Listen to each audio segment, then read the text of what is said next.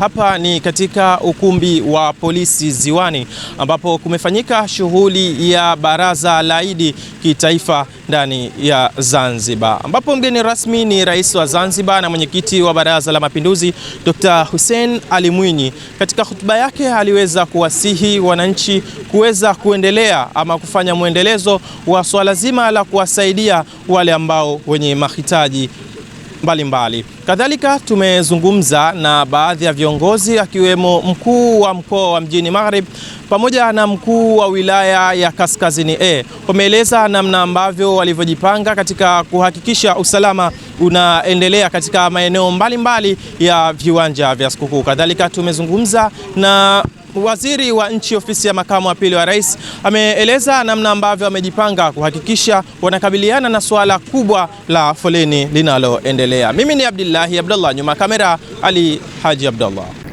Ndugu wananchi, katika mwezi mtukufu wa Ramadhani tuliendeleza mwenendo mwema wa kusoma Qur'an na kushiriki katika mashindano mbalimbali ya tahfidh na tajwidi za kitaifa na kimataifa.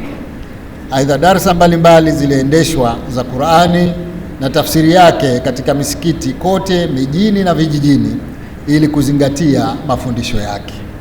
Utaratibu huu sio tu umeongeza imani zetu katika kusoma Qur'an na kutekeleza ibada zetu kwa usahihi, lakini pia unachangia kwa kiasi kikubwa katika kuwarithisha na kuwapa malezi mema vijana na watoto wetu kuishi kwa kuzingatia maadili na kuwa na tabia njema na hofu ya Mwenyezi Mungu.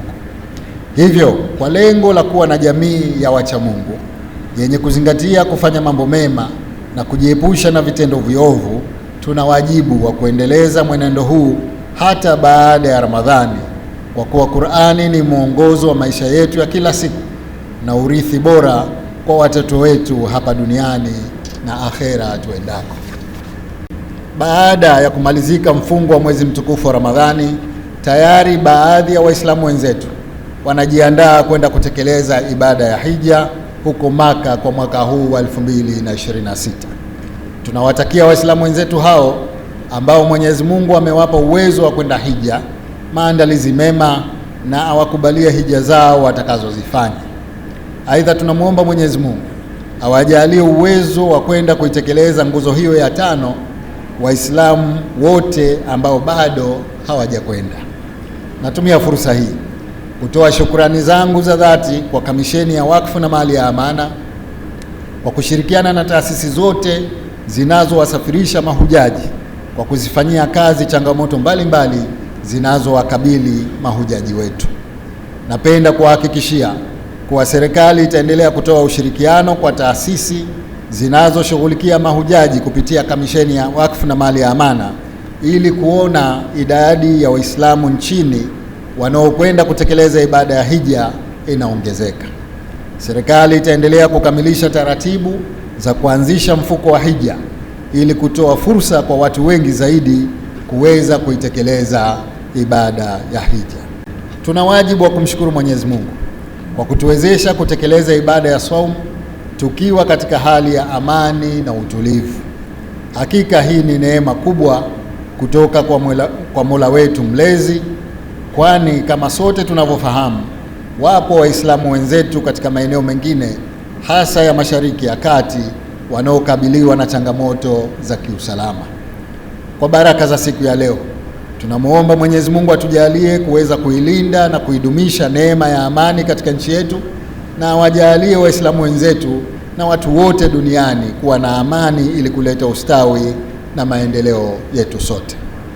Ndugu wananchi, katika kuhakikisha tunasherehekea sikukuu kwa amani na furaha, nachukua fursa hii kuzitaka mamlaka zinazohusika kusimamia usalama wa viwanja vinavyotumika kwa sikukuu kuhakikisha wananchi wanakuwa salama katika viwanja hivyo. Aidha, nalitaka jeshi la polisi na mamlaka zinazosimamia madereva na usalama barabarani kuhakikisha sheria za usalama barabarani zinazingatiwa katika utumiaji wa barabara zetu na wananchi wanapata fursa ya kusherehekea sikukuu kwa amani. Kwanza tunashukuru kwamba rais wetu amekuja kwenye baraza la Idi, ametuhudumia ametupa maneno mazuri, ametuasa vile vile tupendane, tusaidiane. Wale ambao wenye kipato cha ziada wasaidie maskini, lakini vile vile watoto mayatima pamoja na wajane, ili kuhakikisha kwamba wananchi wetu wanaishi kwa amani. Wito wangu kwa jamii, tuendeleze amani yetu hii ambayo tulikuwa nayo, ambayo tokea tumemaliza uchaguzi mkuu tumeanza shughuli mbalimbali za kimaisha, tunaendelea vizuri na nchi yetu. Kwa hiyo tunaomba sana wananchi wetu, tunaomba sana madereva barabarani waende kwa utulivu.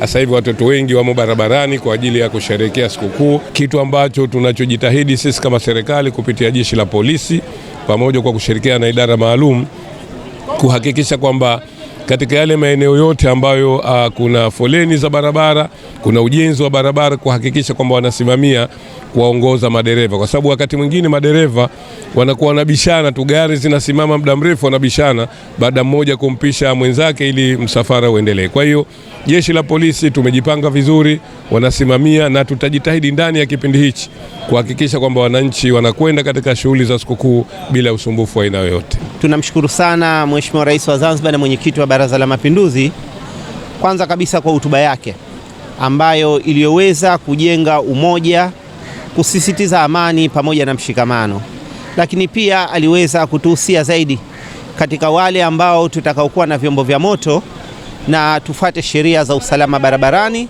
kwa ajili ya kunusuru mali pamoja na raia wetu waliokuweko katika mitaa pamoja na mabarabara ambayo yanayotumiwa. Sisi kwa upande wa Kaskazini kila kitu kiko vizuri. Tumejipanga kwenye viwanja vyetu ambavyo ni viwanja vya asili vya kusherehekea sikukuu pamoja na maeneo mengine. Kila kitu kule kinaenda vizuri. Hakuna changamoto yoyote mpaka sasa hivi. Changamoto kubwa tulionayo ni mvua ambayo imesababisha viwanja vingi kuroa maji na hivyo kuleta usumbufu mkubwa kwa watoto na wazee wanaokuja katika maeneo haya.